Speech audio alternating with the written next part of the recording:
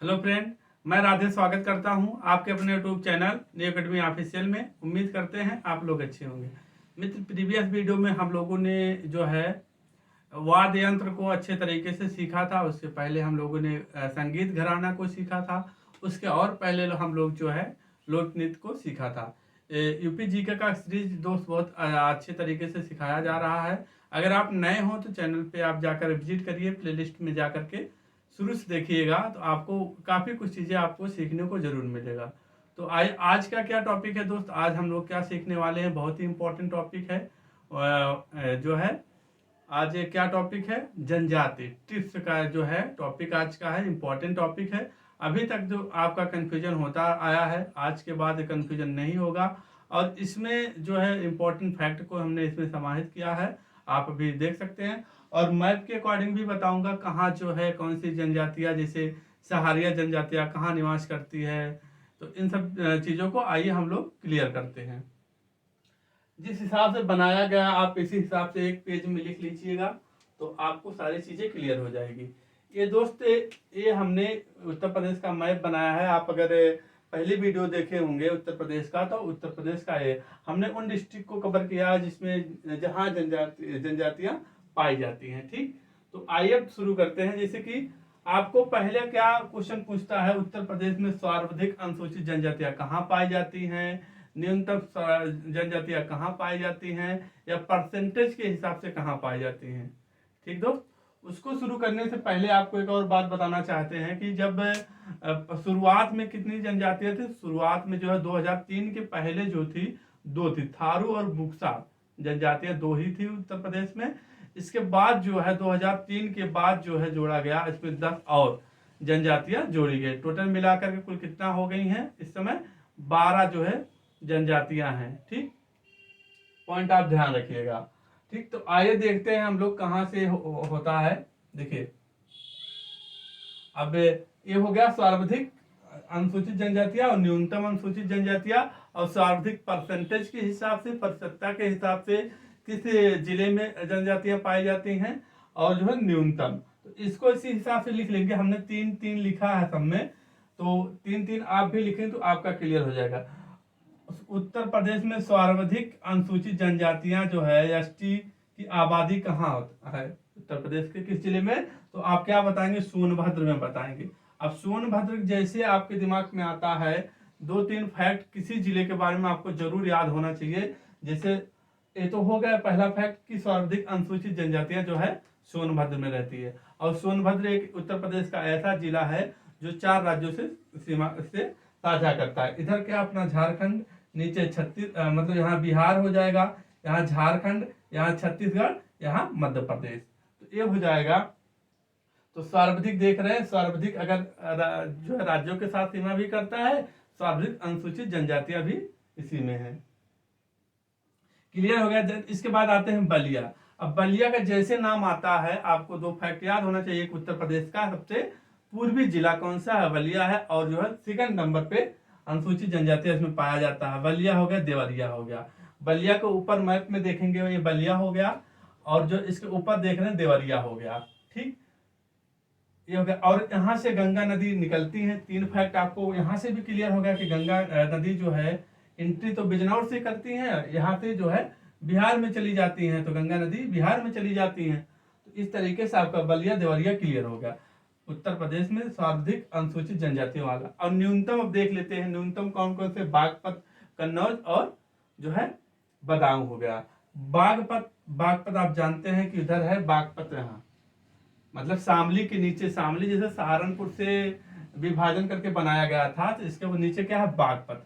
बागपत में देखेंगे न्यूनतम जो है, न्यूनतम उत्तर प्रदेश में न्यूनतम अनुसूचित जाति वाला आबादी वाला जिला कौन सा, तो आप क्या बताएंगे, बागपत बताएंगे।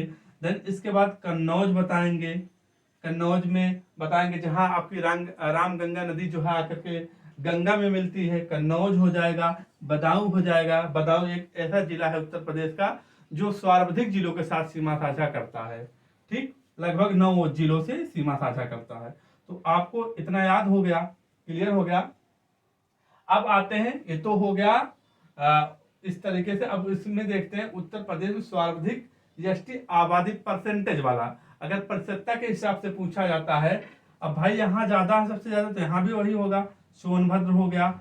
अब दूसरे नंबर पे चेंज हो जाएगा, ललितपुर हो जाएगा। ललितपुर, जैसे ही ललितपुर में बात आती है कि आप जानते हैं कि यूरेनियम के लिए बहुत प्रसिद्ध है, यहाँ यूरेनियम पाया जाता है।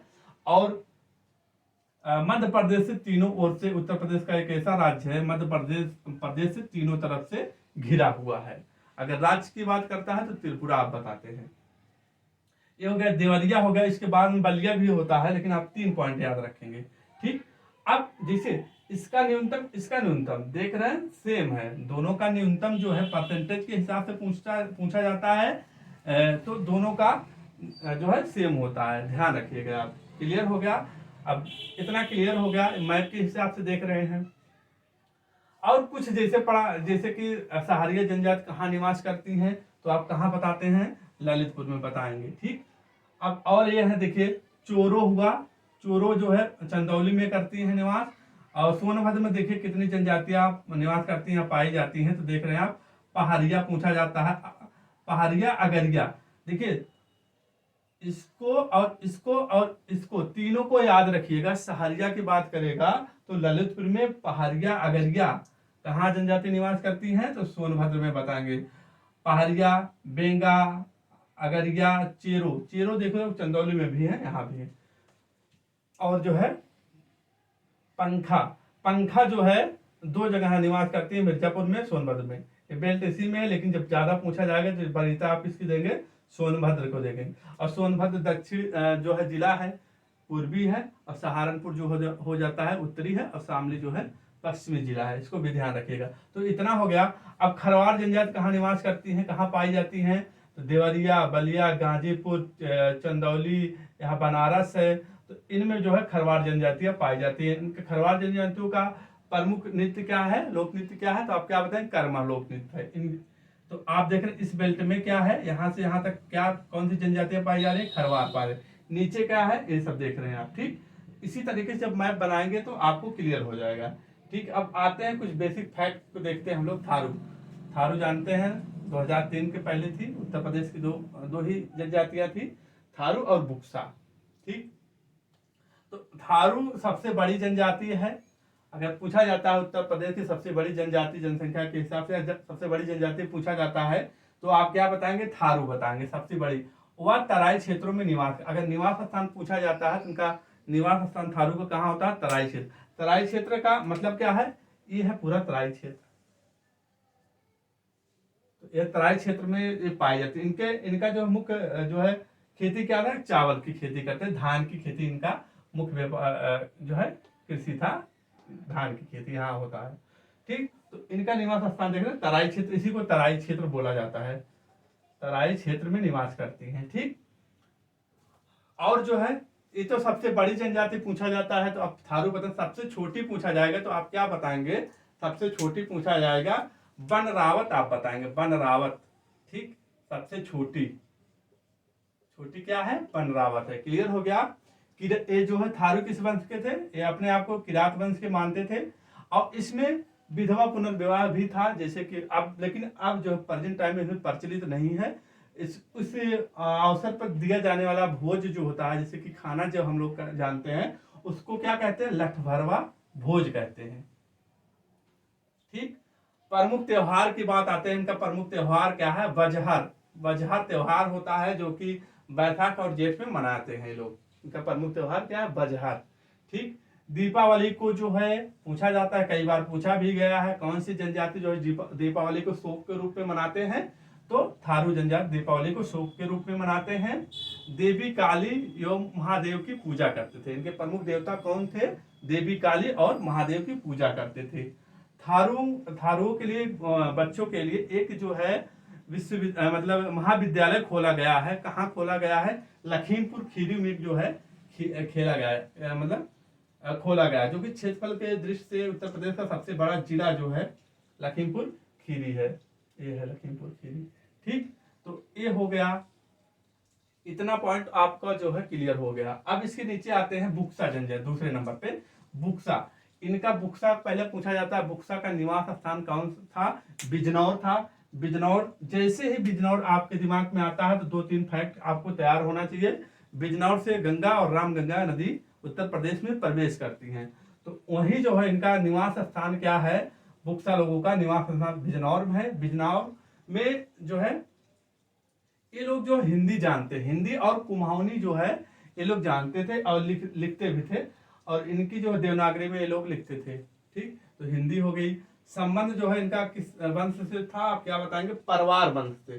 तो इनका था बुक्सा का संबंध किससे था, परवार राजपूतान वंश से इनका संबंध था। हिंदी इनकी लिखते थे।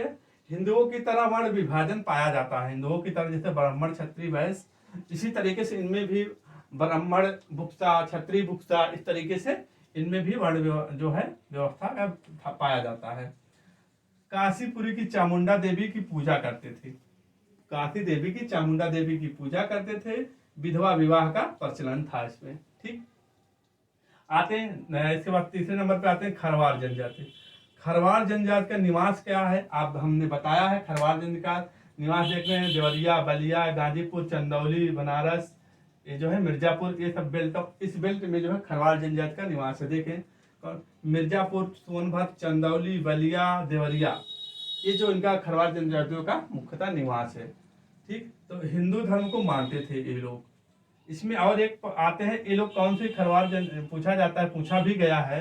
खरवार जनजातियों का प्रमुख लोक नृत्य क्या है, कर्मा लोक नृत्य इंपॉर्टेंट है, जो कि खरवार जनजातियों द्वारा में प्रचलित है। ठीक, ये पॉइंट क्लियर हो गया। आगे बढ़ते हैं। महीगीर, महीगीर जनजातियां कहाँ निवास करती हैं, तो आप कहाँ बताएंगे, बिजनौर में बताएंगे। बिजनौर जहाँ जो है बुक्सा लोग निवास करते हैं। बिजनौर के एक क्षेत्र पड़ता है नजीबाबाद, नजीबाबाद में ये लोग निवास करते थे। इनका व्यवसाय क्या था, प्रमुख व्यवसाय क्या था, मछली पकड़ना। ठीक, और इस्लाम धर्म को मानते थे। क्लियर हो गया। अब आते हैं और फैक्ट की बात आता है और पूछा जाता है, उत्तर प्रदेश जनजाति विकास निदेशालय किस मंत्रालय के अंतर्गत कार्यरत है। उत्तर प्रदेश जनजाति विकास निदेशालय किस मंत्रालय के अंतर्गत कार्यरत है, तो क्या बताएंगे, समाज कल्याण विभाग। तो क्या बताएंगे आप, समाज कल्याण विभाग, समाज कल्याण विभाग बताएंगे। अब इसके बाद आता है उत्तर प्रदेश में अनुसूचित जाति व जनजाति शोध एवं प्रशिक्षण संस्थान कहाँ बताएंगे, तो आप कहाँ बताएंगे, लखनऊ में बताएंगे, लखनऊ में बताएंगे। तीसरा नंबर आता है उत्तर प्रदेश के किस जिले में एक भी जनजाति जो है नहीं पाई जाती है। उत्तर प्रदेश के कौन से ऐसे जिले में एक भी जनजाति नहीं पाई जाती हैं, तो आप क्या बताएंगे, अयोध्या और जालौन। अयोध्या जहां हमने 1 डिस्ट्रिक्ट 1 प्रोडक्ट बताया था, गुड़, और जालौन हस्त निर्मित कागज बताया था। तो एक भी जनजाति नहीं पाई जाती है कहाँ, अयोध्या और जालौन, अयोध्या जालौन। ठीक, तो ये रहा जो है ट्रिप से जो है उत्तर प्रदेश की जनजातियों से संबंधित जो बेसिक चीजें था। क्वेश्चन जो है आपको कंफ्यूजन होता था, आज की इस क्लास को लेने के बाद उम्मीद करते हैं जो है इससे बाहर क्वेश्चन नहीं जाएगा। ठीक है दोस्तों, क्लास कैसी लगी बताइएगा जरूर। मिलते हैं नेक्स्ट टॉपिक के साथ और एक बेहतर तरीके से जो है।